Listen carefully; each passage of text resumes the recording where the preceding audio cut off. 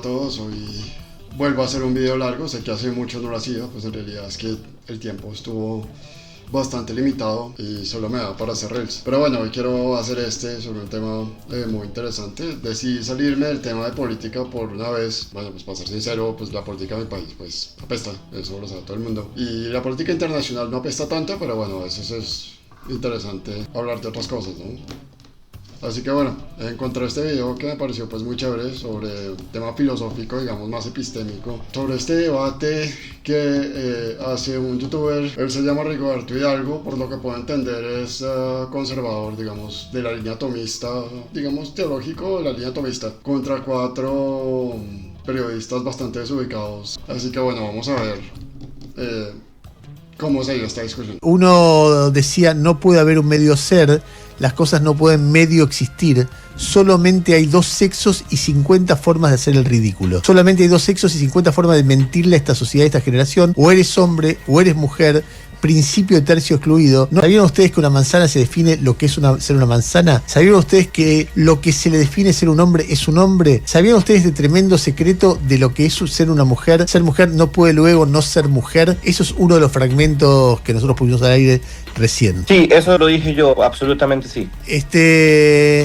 A ver, lo primero que me sale decir es que lo que uno ve en la sociedad es que hay distintas posiciones sobre este punto que vos planteás. Vos lo planteás como una mirada muy taxativa respecto de que hay solo 2 formas de vivir la sexualidad o la identidad sexual o de género, y hay otras personas que creen que no. Bueno, aquí empezamos mal, empezamos con el pie izquierdo porque, pues, claramente eso no es lo que Rigoberto estaba tratando de decir. Aquí no se trata de que haya diferentes formas de vivir la sexualidad, eso no tiene nada que ver con lo que el fragmento que acaba de leer. Aquí lo que está tratando de decir este hombre Rigoberto es que hay una realidad objetiva, es decir, hay una realidad afuera que está ahí, se puede cambiar, pero está ahí, es la realidad que está afuera. Esa realidad implica que por lo general hay 2 géneros.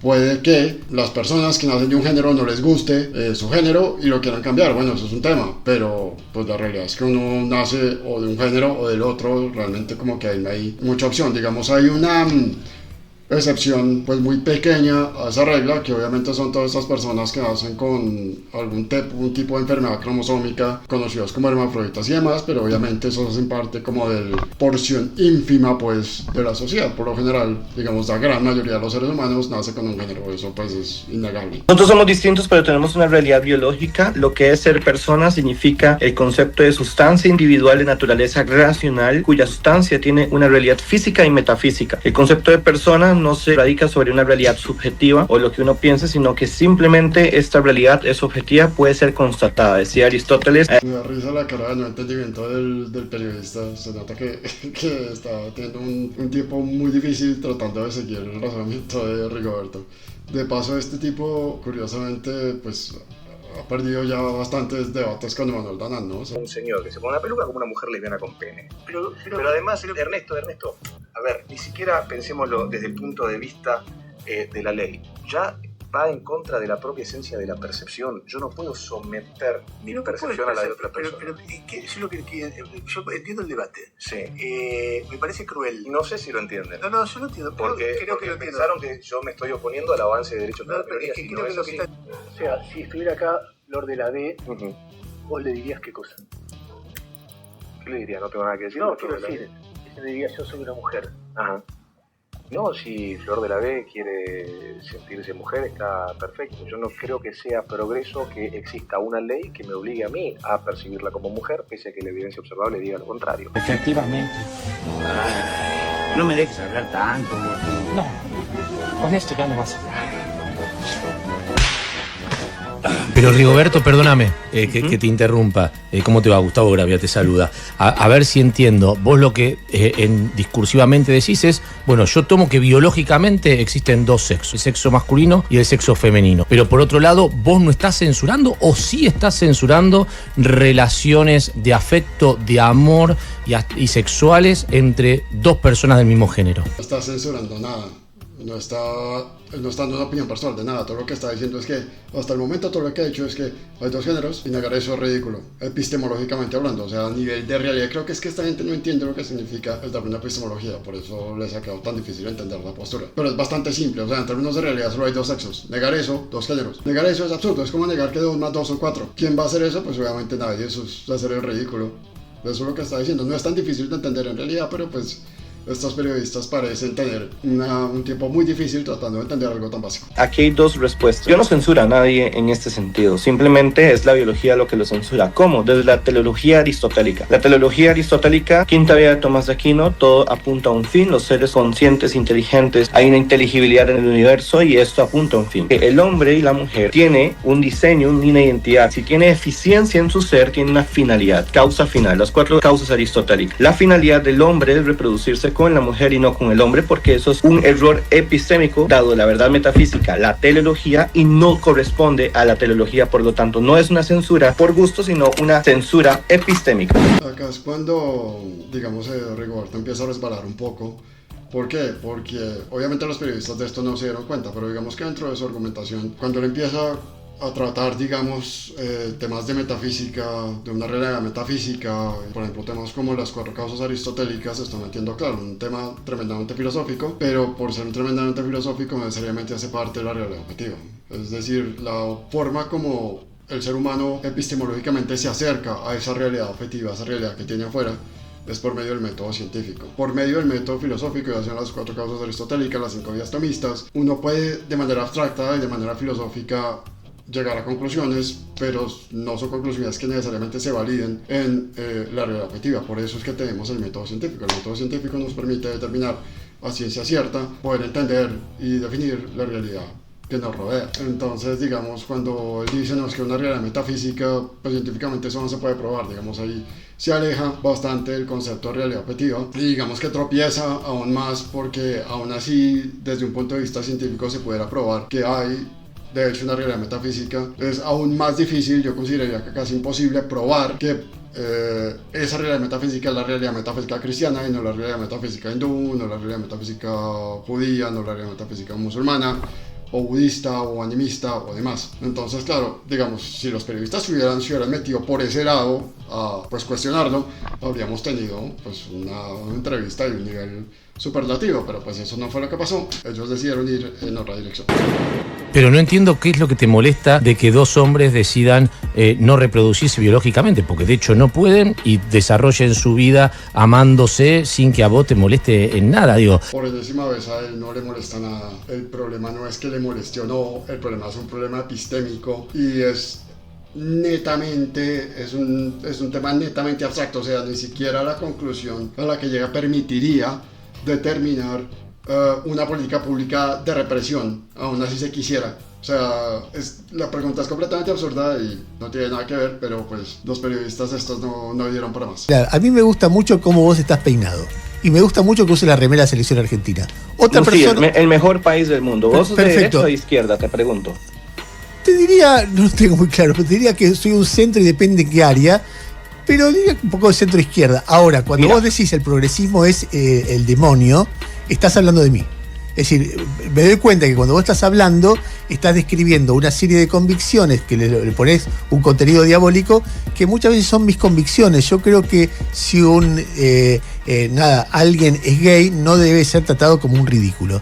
Si alguien es lesbiana, no debe ser tratada como una ridícula. Primero, pues en ningún momento, digamos, dentro de esa intervención ha dicho nada parecido a que el progresismo sea cosa del demonio. De pronto sí lo ha dicho, en otra oportunidad no lo he seguido, no sé, realmente sí, no sé si lo he dicho o no, pero pues en esta ocasión no lo está diciendo. Queda muy difícil saber realmente cómo llegó a esa conclusión, pues si ni siquiera el periodista que lo está denunciando está dando contexto. Lo que estoy asumiendo es que el periodista está sacando esas ideas de lo que pues están discutiendo ahí y en ningún momento se está discutiendo eso. Eso como primera parte. La segunda es que por enésima vez él no está diciendo que ser gay es ridículo. Lo que está diciendo es que es ridículo intentar insinuar que hay algo más que dos sexos, que es una cosa, que es una realidad objetiva. Voy a poner esto de la manera más simple que se pueda. Hay una realidad objetiva, que es la realidad que está afuera. El cielo es azul, 2 más 2 son 4, solo hay dos genes, solo hay dos sexos, qué sé yo, los humanos compartimos ciertas características, en fin, son realidades que pues están afuera. Si uno tira este esfero, si uno suelta este esfero, el esfero se va a caer. Eso es una realidad objetiva. Es una realidad que muchas veces no se puede cambiar. Ahora, también hay realidades subjetivas, o sea, las realidades internas. Una persona que nace como una mujer y no se siente mujer y quiere ser hombre, es una realidad interna, una realidad subjetiva. La realidad objetiva es que nació mujer. La realidad subjetiva es que no quiere ser mujer, quiere ser un hombre. Sí, ahora, ¿cuál es el tema acá? Que en esto estamos completamente de acuerdo, Rigoberto y yo, y seguramente muchas otras personas que dan este tipo de opiniones en redes, que esa realidad subjetiva no puede ser impuesta a todos como si fuera una realidad objetiva. Es decir, el que quiera creer que el cielo es verde con florecitas naranjas lo puede hacer, pero no puede venir a imponernos a los demás o a hacernos pues creer a nosotros también que el cielo es verde con florecitas naranjas cuando el cielo es azul. O sea, eso es lo que se critica. Y digamos, el caso más espinoso, que es este caso de los géneros, pasa exactamente lo mismo. Una mujer que nace mujer y después quiere volverse hombre, está en todo su derecho a hacerlo. Nadie está criticando eso, nadie está queriendo reprimir eso, nadie está diciendo que eso es ridículo. Lo que sí se está diciendo, digamos, la idea que, digamos, desde el conservatismo y desde el liberalismo de derecha defendemos, es que ya depende de cada quien, de cada otra persona, definir si acepta esa realidad subjetiva de esta mujer que se volvió hombre, acepta tratarlo o tratarle o tratarlo como un hombre, o si no, y decide seguir apegándose a la realidad de una persona que nació como una mujer. Eso ya depende de cada quien. Esa realidad interna no puede ser impuesta a todos los demás como si fuera una realidad objetiva, porque no lo es. Estamos hablando de una persona que nació mujer. Entonces, objetivamente hablando, eso es todo lo que se puede decir. Y ese es, digamos, la postura de Rigoberto. Al fin de cuentas, nadie está tratando de descalificar realidades subjetivas, porque son subjetivas, entonces no tiene nada que ver. Todo ente actúa conforme a su esencia. Todo tiene una forma sustancial, una finalidad, un telos. Rigoberto. Entonces, estoy dando una verdad metafísica. Y cuando digo todo lo demás es basura, estoy diciendo que no tiene razón de ser. Perdóname, vos decís que es una verdad metafísica. Otro puede pensar que es una verdad relativa, otro puede pensar que es una pavada, otro puede pensar que es una construcción medio fantasiosa para justificar tus prejuicios. Hay muchas formas de entender. Vos decís lo mismo que te estoy diciendo una verdad. Vos decís que entonces la verdad absoluta no existe. Exacto. Eso propiamente es una verdad absoluta. Aquí pasa algo interesante, porque el periodista, sin entender muy bien lo que está diciendo, tiene un punto. Es decir, no hay tal cosa como una verdad metafísica. Eso no existe. La verdad metafísica es una verdad subjetiva, es una verdad interna. Yo quiero, mi verdad metafísica es que Dios tuvo un hijo. Y ese hijo vino para salvarnos y ahora hacen una unidad en una trinidad. Es una verdad metafísica. Sí, eso es esa realidad subjetiva, porque un hindú puede venir a decir, no, yo creo que hay una infinidad de dioses y que Krishna y Brahma y Vishnu a veces son uno, a veces son varios. O sea, digamos ahí, ese tema, digamos, la debilidad de la argumentación ahí está precisamente en que la verdad metafísica no es una verdad objetiva, a menos que pudiera ser probada científicamente, pero no se ha podido hacer hasta el momento y Rigoberto muy seguramente tampoco lo podrá hacer. Ahora, el tema ahí, digamos, es que aquí sí fue cuando se pegó un resbalón muy fuerte, porque, digamos, Rigoberto desvió la atención haciéndolo parecer como si el periodista, pues que una vez más estaba pues más perdido que el hijo de Lindbergh, estuviera hablando de que no hay una verdad absoluta, es decir, no hay una verdad objetiva. Toda verdad objetiva es verdad absoluta, y pues eso obviamente es un absurdo. No era lo que el periodista estaba tratando de decir, pero cuando el periodista no habla a ese nivel, pues cayó en esa trampa pues muy fácilmente. ¿Vos podrías definir vida? Supongo que sí, es un organismo que está vivo y claro, que no está inerte. Pasa que este panel está lleno de ignorancia. De hecho, ustedes no saben ni siquiera definir conceptos. Pues desde un punto de vista biológico, la vida pues se define en 6 funciones, si mal no recuerdo. Esto es una vaina que uno veía en el colegio, por allá en la primaria. La reacción a estímulos, la capacidad de comer y excretar, la capacidad de crecer, la capacidad de reproducirse. Bueno, no recuerdo cuál más, pero básicamente pues eso sería la vida. Ahora es interesante lo que Rigoberto está haciendo ahí porque está tratando de proponer un marco conceptual, que es lo que cualquier académico haría antes de iniciar cualquier discusión. Nos pongamos de acuerdo en cómo vamos a definir esto para que hablemos en un mismo, digamos, en la misma página, hablemos bajo los mismos términos. Lo cual está bien. Ahora, el tema es que si se va a definir vida desde ese punto de vista biológico, eso implicaría que digamos que los primeros 3 meses de la concepción, es decir, desde el momento en que se fecunda el embrión hasta 3 meses, los primeros 3 meses del embarazo, pues técnicamente ahí no habría vida porque muchas de esas funciones biológicas pues no las cumple el cigoto, el embrión, el óvulo fertilizado. Ya sería muy diferente, digamos, en el mes 8, cuando prácticamente si hay un feto formado que puede sentir, que se alimenta, bueno, que si ya cumple con todas estas funciones de vida, porque si podríamos hablar de el aborto como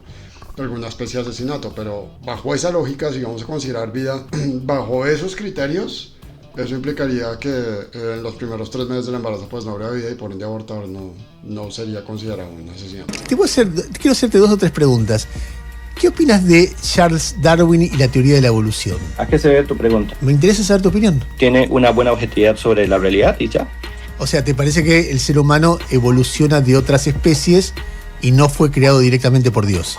Grandes rasgos está el creacionismo y está el que acepta la evolución. El problema epistemológicamente hablando es que ninguna de estas puede refutar a Dios. Dios no es causa intermedia, Dios es causa primera. Y Dios también existe por lógica. En esto Rigoberto tiene toda la razón. Dios puede existir independientemente del mito creacionista, porque el mito creacionista es un mito. Vale la pena recordar algo que muchas veces parece olvidarse, hasta el mismo Richard Dawkins, por ejemplo, como que parece olvidarse de este tema tan básico, y es que la Biblia no tiene la intención de ser un libro científico, no tiene la intención de probar por métodos científicos lo que está diciendo. La precisión histórica de la Biblia siempre ha entrado muy en cuestión porque básicamente lo que hace es que recoge relatos y creencias de muchos pueblos, digamos, de la época, pues en el momento en que la historia de la Biblia pues es bien conocida, en el concilio de Nicea con el emperador Constantino, que se recogen, digamos, los mitos y relatos de muchos pueblos y muchas creencias cristianas que eran muy diversas en esos momentos, y se hace un compendio que pasa a llamarse la Biblia. Digamos, esa forma de recolectar información no tiene la intención de ser pues un tratado científico sobre nada. Es un libro que es la base de las creencias de la religión cristiana. En materia de realidad objetiva, ¿cómo podemos demostrar que el mito de la creación es más cierto que lo que dice el Corán o lo que dice el Bhagavad Gita? No podemos. Cada uno cree lo que quiere creer. Entonces, pues tú tienes toda la razón. O sea, no puedes seguir creyendo en Dios y puedes seguir creyendo en la existencia de Dios, a pesar de que esté toda esta información acerca de la teoría evolucionista y de la evolución del hombre, digamos, de un primate que pues hoy ya aparentemente no existe. No, está bien, pero Dios, según la Biblia, creó al ser humano, y según la teoría de la evolución, creó, en todo caso, es la fuerza original, pero que el ser humano desciende de otras especies. Entonces son 2 visiones distintas respecto de... No, ninguna colapsa. Teísta evolucionista del cristiano y acepta la evolución. ¿Sabías eso? Bueno, y de ahí en adelante, pues viene ya lo que queda al video, son una serie de insultos de lado y lado que realmente no aportan nada, y unas preguntas sobre la vida personal de Rigoberto que no venían al caso. Pero, pues, digamos, los periodistas pues no estaban a la altura, no entendieron muy bien, no estaban al nivel realmente de lo que iba a ser esa conversación. En ningún momento pues pudieron estarlo, tristemente. Pero digamos, de todo esto me gustaría que se llevaran una cosa, y es algo pues que ya existió en el pasado y que siempre quiero que recuerden cuando se hable de la realidad objetiva. Y es que en materia de realidad objetiva pues hay cosas que están probadas, hay cosas que no lo están, hay cosas que están probadas a medias. Digamos, esa es la diferencia entre una ley y una teoría. Una ley es algo que está completamente aprobado, no tiene absolutamente ninguna discusión. Las teorías son constructos que sí están muy bien elaborados, pero todavía no están del todo probados, y por eso hay diferentes teorías. Se me ocurre, por ejemplo, la diferencia entre la teoría mecánica cuántica y la teoría de cuerdas. Son teorías, son formas de explicar algo, pero no están del todo probadas, y por eso pues puede haber varias que se contradicen entre sí. Y finalmente vienen las hipótesis, es decir, estas creencias o estas opiniones que no tienen ningún tipo de realmente prueba fehaciente que les permita convertirse en teorías. Y en materia de hipótesis, 2 hipótesis no probadas tienen el mismo valor. Es decir, no se ha podido probar de manera concluyente que Dios existe, luego la hipótesis de Dios existe es una hipótesis no probada. De la misma manera no se ha podido probar de manera concluyente que Dios no existe, luego la hipótesis de que Dios no existe también es una hipótesis no comprobada y por ende ambas tienen el mismo valor. Cuando hablamos de realidad metafísica nos enfrentamos precisamente a eso, a un tema que termina siendo un tema subjetivo dependiendo de quién quiera creer o no. El que quiera creer en que existe un Dios, que tuvo un hijo, que se manifiesta en una trinidad, está perfectamente válido que lo haga. El que no quiera creer que existe nada y que solo somos un cuerpo también lo puede hacer, porque son hipótesis que no están probadas. El que quiera creer que existe Alá o que existe Buda y que nos vamos al Nirvana, de eso precisamente se trata el tema metafísico. Bueno, muchas gracias, hasta aquí llegué yo, espero pronto hacer otro video largo.